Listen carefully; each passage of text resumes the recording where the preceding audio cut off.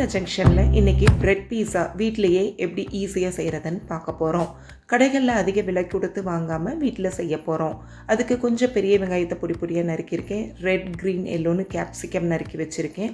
மல்லித்தலை பொடி பொடியாக நறுக்கி வச்சுருக்கேன். இப்போது நான் உங்களுக்கு தேவையான பிரெட் ஸ்லைஸ் எடுத்துக்கலாம். நான் ஒரு 3 ஸ்லைஸ் மட்டும் எடுத்திருக்கேன். அதில் 2 மட்டும் உங்களுக்கு செஞ்சு காமிக்க போகிறேன். ஓரங்களை ஃபுல்லாக நல்லா கட் பண்ணி எடுத்துடுங்க, இல்லாட்டி அது தீஞ்சு போயிடும். இப்போது ஒரு ஸ்லைஸ் மேலே டொமேட்டோ கெட்சப் நல்லா தாராளமாகவே ஊற்றி நல்லா ஃபுல்லாக ஸ்ப்ரெட் ஆகிற மாதிரி தடவிக்கோங்க.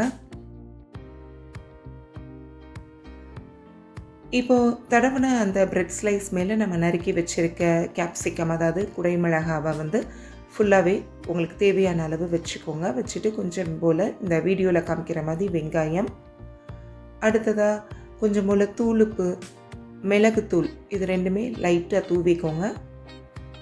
நெக்ஸ்ட்டு உங்களோட சில்லி ஃப்ளேக்ஸ் இருந்துச்சுன்னா அதையுமே நீங்கள் தூவிக்கலாம். சில்லி ஃப்ளேக்ஸ் இல்லைனாலும் பரவாயில்லைங்க. அடுத்து இத்தாலியன் சீசனிங், அதாவது ஆரிகானா கொஞ்சம் போல் இருந்தால் அதையும் தூவிக்கோங்க. இப்போ இது இல்லைன்னா உங்களுக்கு உப்புத்தூளும் மிளகுத்தூளுமே போதுமானது. அது மேலே கொஞ்சம் சீஸ், நம்ம மொசரெல்லா சீஸ் டைஸ்டு க்யூப்ஸாக சின்ன சின்ன பேக்கெட்ஸில் விற்கிது. அதை தான் வாங்கி மேலாவில் வச்சுக்கிறேன். சப்போஸ் சீசனிங் பண்ணுறதுக்கு இல்லைன்னா கொஞ்சம் மிளகுத்தூளை எக்ஸ்ட்ரா ஆட் பண்ணிக்கோங்க. இந்த மாதிரி மேலே சீஸை ஸ்ப்ரெட் பண்ணி வச்சுடுங்க. உங்களுக்கு எத்தனை பிரெட் ஸ்லைஸ் வேணுமோ அதை ரெடி பண்ணிக்கோங்க. பாருங்கள், திரும்பவும் அதே மாதிரி கெட்சப் வச்சு நல்லா தடவி விட்டுட்டு கொஞ்சம் போல் கேப்சிகம், கொரியண்டர் லீவ்ஸ்லாம் மேலே வச்சுட்டு வெங்காயம், அதே மாதிரி உப்புத்தூள், மிளகுத்தூள் தூவிக்கோங்க. சில்லி ஃப்ளேக்ஸ் ஆரிகானா இருந்தால் சேர்த்துக்கோங்க.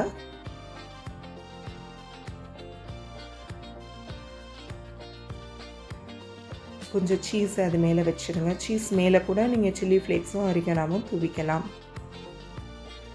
இப்போது கடாயில் கொஞ்சம் போல் சால்டட் பட்டர் நான் போட்டு தடவிக்கிறேன். அன்சால்ட்டடாக இருந்தாலும் ஓகே தான்.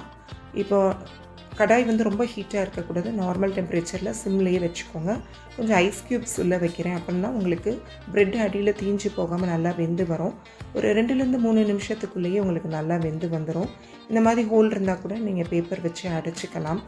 பாருங்கள், எனக்கு கரெக்டாக ஒரு 2லேருந்து 3 நிமிஷம் தான் எடுத்துச்சு. ஐஸ் க்யூப்ஸ் பூரா நல்லா உருகிட்டு அந்த டெம்பரேச்சரை அப்சர்வ் பண்ணி எப்படி இந்த தண்ணி கொதிக்குது பாருங்கள்.